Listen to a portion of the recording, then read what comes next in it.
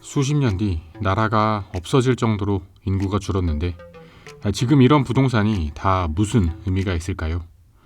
부동산 관련 정보를 찾기 힘들던 시절에는 아는 사람끼리만 아름아름 이야기하고 그랬기 때문에 그 부동산 정보에서 소외된 나머지 일반 대중들은 부동산 사기를 당하는 일이 아주 많았습니다. 그러나 지금은 이야기가 다릅니다. 이렇게 유튜브로 부동산 이야기를 들을 수도 있고 조금만 더 찾아보면 네이버 부동산, 호갱노노, 아실과 같은 다양한 정보 채널들도 많습니다. 이제는 일반 대중들도 바보가 아니기 때문에 더 이상 이런 고분양가 논란, 부동산 하락장에 쉽게 휘말려 들지 않습니다. 이곳은 4호선 과천중앙청사역 역세권에 작년 말에 새로 지어진 힐스테이트 과천 중앙 오피스텔입니다. 오피스텔과 소형 오피스, 상가가 같이 있는 주상복합입니다. 작년 말부터 입주가 시작되었지만 지금 보고 계신 것처럼 아직도 2층 상가는 주인을 찾지 못한 공실 매물이 여기저기 널려 있습니다. 2층에 공실이 많은 것은 2층은 사람이 덜 다녀서 그런 것이고 상가는 1층이 인기가 많은 것 아닌가? 라고 생각하실 수도 있습니다. 그러나 1층 역시 장사를 하고 있는 점포보다 공실로 남겨져 있는 점포가 더 많은 현실입니다. 사실 부동산 들어와 있는 곳 빼면 전멸이라고 해도 크게 틀리지 않는 수준입니다. 여러분은 과천의 오피스텔 상가 월세가 어느 정도면 적당하다고 생각하시나요? 보통 커피집이나 부동산 정도 하나 들어오는 사이즈라고 치고 층수는 사람 많이 다니는 1층 상가라면 어떨까요? 그래도 입지 좋다는 과천이니까 상가 한 개 호실에 월세 200, 300만 원 정도 하려나 싶으실 수 있습니다. 2, 300만 원의 중간이면 250만 원 정도 되겠습니다.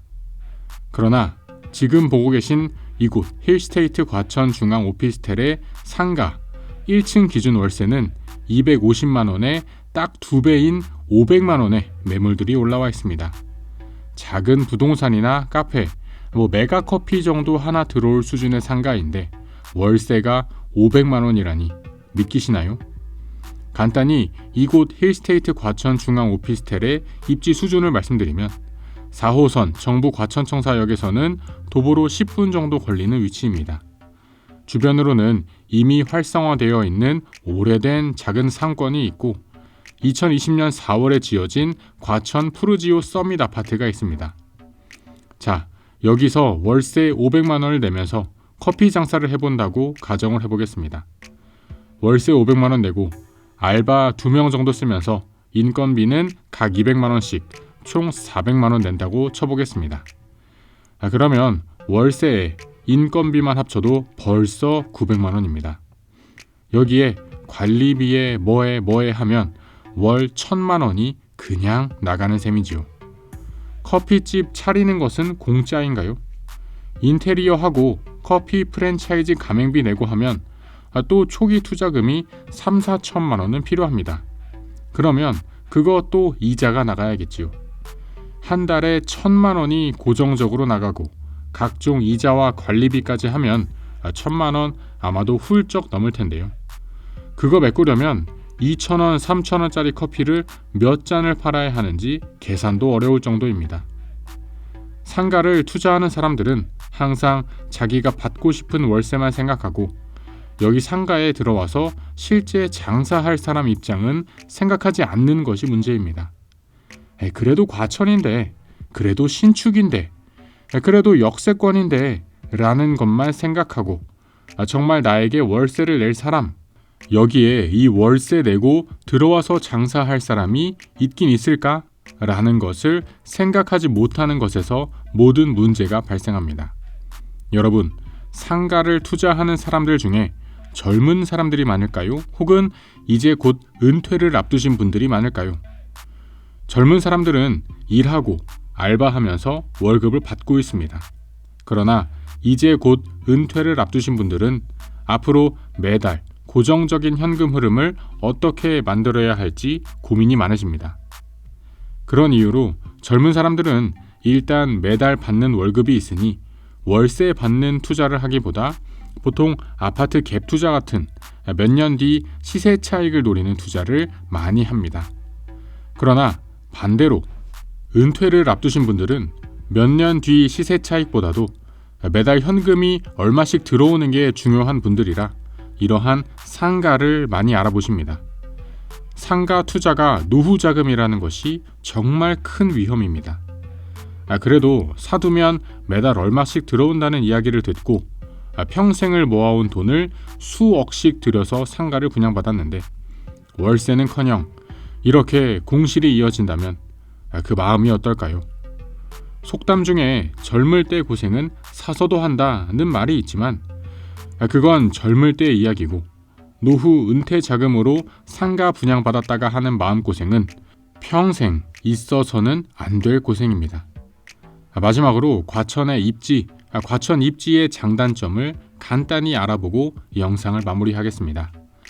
과천의 가장 큰 장점은 자연 친화적인 환경이면서 서울과 경기도 모두로 연결성이 좋다라는 점입니다.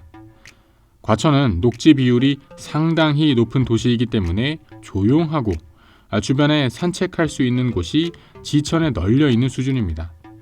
인구도 적어서 사람이 바글바글하지 않은 조용한 자연 속 도심의 느낌을 주는 곳이 과천입니다. 뿐만 아니라 4호선이 도시를 관통하기 때문에 지하철 접근성도 좋고 자가용을 이용한다면 안양, 우면도 가깝고 서울 강남권 접근성 역시 좋다라는 것도 과천 입지의 큰 장점입니다. 반면 과천의 단점은 도시 자체가 약간 소위 말하는 그들만의 리그 혹은 거기 사는 사람들만 익숙한 느낌을 준다는 점입니다. 앞서 과천의 장점으로 사람이 적고 조용하다라는 점을 말씀드렸는데 외부 사람 입장에서는 이러한 점이 단점으로 작용할 수도 있습니다. 사람 성향상 조용한 것을 좋아하는 사람도 있겠지만 그렇지 않다면 과천에 할 거 있나?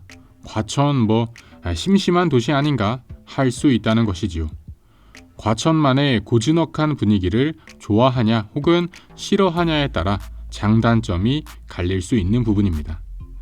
어떠셨나요, 여러분? 지금까지 과천의 한 중심 4호선 과천중앙청사역 역세권의 한 주상복합에서 쏟아지고 있는 공실 사태에 대해 알아보았습니다.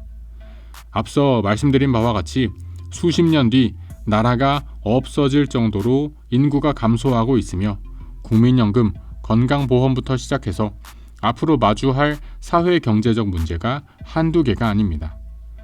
이러한 것들은 정해진 미래입니다.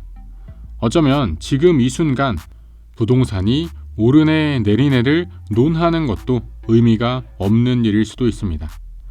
그럼에도 불구하고 우리가 상가 투자의 위험성에 대해 알아야 하는 이유는 자명합니다. 많은 경우 상가 투자는 우리의 노후 자금을 가지고 하는 투자이기 때문입니다.